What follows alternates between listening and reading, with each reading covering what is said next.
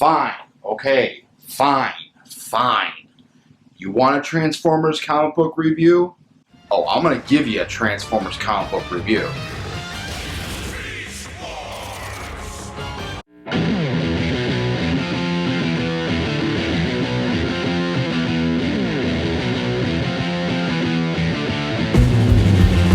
What's going on, everybody? S.L.B coming at you with another video review. Guess what? We're doing another comic book review. Hey. And this time we're taking a look at Transformers Beast Wars The Gathering, as Moose is licking himself. I've had some people ask me to do a Transformers comic book review. Well, actually, it was just one person. And I'm pretty sure it wasn't just the voices in my head. Or was it the voices in my head? Anywho. So why am I doing Beast Wars and not the current Transformers comic book run? Well, to be completely honest, I don't like the current Transformers comic book run. Not a fan. And about a month or so ago, I was a guest on the Stasis Lock podcast.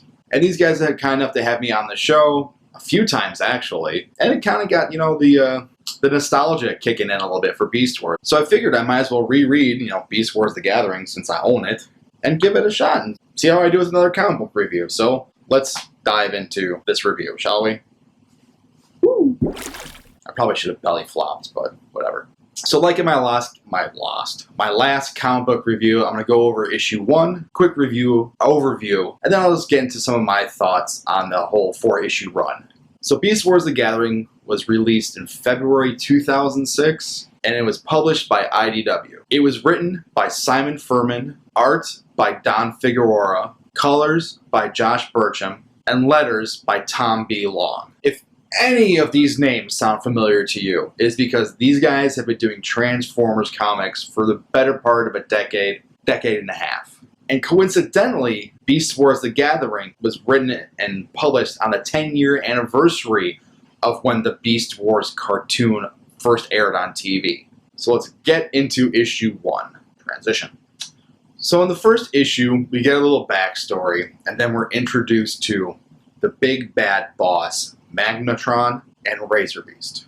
And they land on prehistoric Earth during the battle between the Maximals and the Predacons. And just to give you a little bit of a timeline, this takes place right around the beginning of Season 3 of Beast Wars.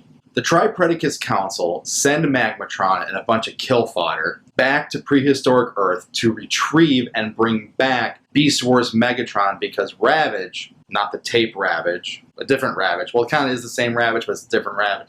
Anyways, bring back Beast Wars Megatron because Ravage couldn't do so. Thanks to some sci-fi lingo and some more backstory, they are chronically displaced in the same time period as that Season 3 of Beast Wars. But to where they are and where the other characters are, they're about 2 nanoclicks ahead, which is like 1 Earth second.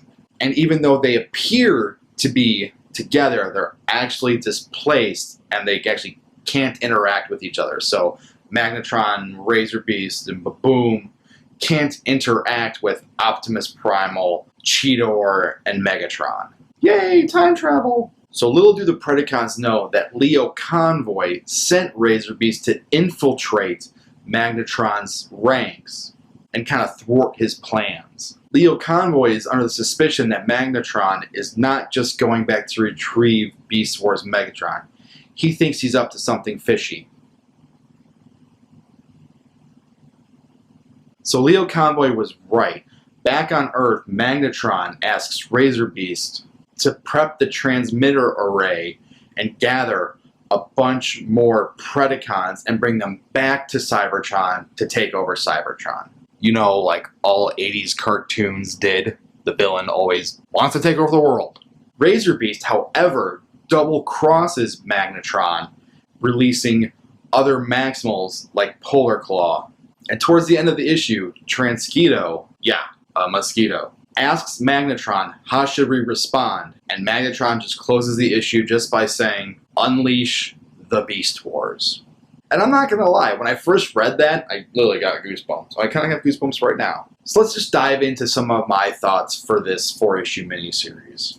Like I said, Simon Furman, Don Figueroa, All these guys have been doing Transformers comic books for a while. Simon Furman has been writing Transformers comics before he took over the Beast Wars comic. He's written Transformers War Within, Transformers Armada, Transformers Energon. So he is very familiar with the lore and the history that the name Transformers brings with it. And story-wise, what we have here is just your good guys and your bad guys. It's your Transformers action. It's Maximals and Predacons. There's betrayals, there's action, there's interesting characters, there's unique designs, a little bit of comedy, and some surprise guest appearances. Everything you would expect when reading a comic about Transformers, unlike something else going on right now. Maybe I should just do another review of the current Transformers comics. If I get 20 likes on this video, I'll do another video explaining why I don't like the new Transformers comic. So hit that like button. Going into the art, Don Figueroa, am I saying that right? The character designs that he does are on a level that you wouldn't kind of connect Transformers with. When people think Transformers, they think the G1 cartoon character designs by Bob Budiansky, and they think square and blocky with like right angles and solid colors. In the Beast Wars, especially in Beast Wars The Gathering, the characters aren't fused with planes and cars and helicopters. They're fused with animals. So you have reptiles and mammals and sea creatures. And Don Figueroa has done an impressive task of fusing animals and robots, and not just giving them, like, say, robot fronts with the animals on the back. He's actually integrated the fur and the claws and the teeth and all the animal bits into the robot mode. So you can kind of tell what kind of animal they transform into. Seeing how Beast Wars was a CGI cartoon in the mid-90s, Don Figueroa kind of took a cast of like 20 characters from the CGI cartoon and expanded it into a huge gallery of supporting cast. And this is where Stasis Locke is going to chime in and say that Japan had Beast Wars 2nd and Beast Wars Neo. I know, I'm talking about IDW comics, not Japan stuff. So in my last comic book review, Spencer and Locke, I talked a little bit about how a panther and the meaning behind a panther. There's really no archetypal meaning behind why Razor Beast is a warthog or Polar Claw is a bear. Although warthogs are usually depicted as being very vigilant and brave and tend to attack animals much larger than themselves. Ooh, I just had an inner monologue and I think I had an epiphany. And I will admit that those two characters were two of the toys I had when I was a kid, so I was really excited to see them when I first read this. I mean, that's pretty much it for the 4-issue miniseries. There's not a lot going on. It's fun, though.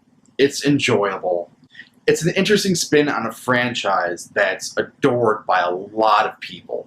It adds something to the lore and the history.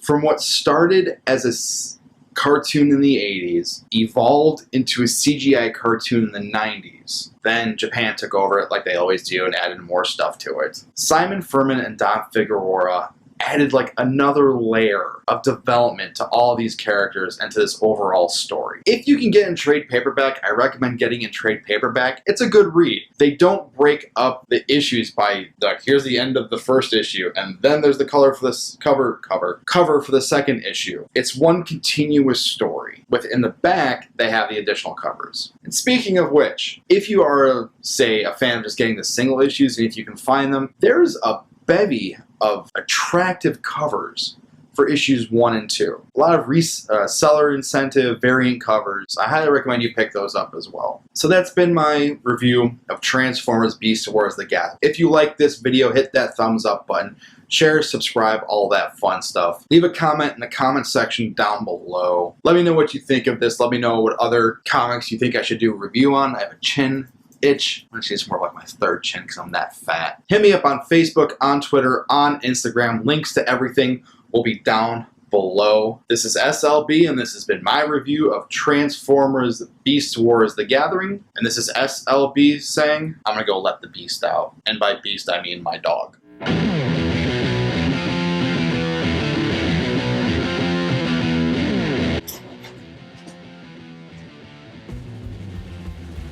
What?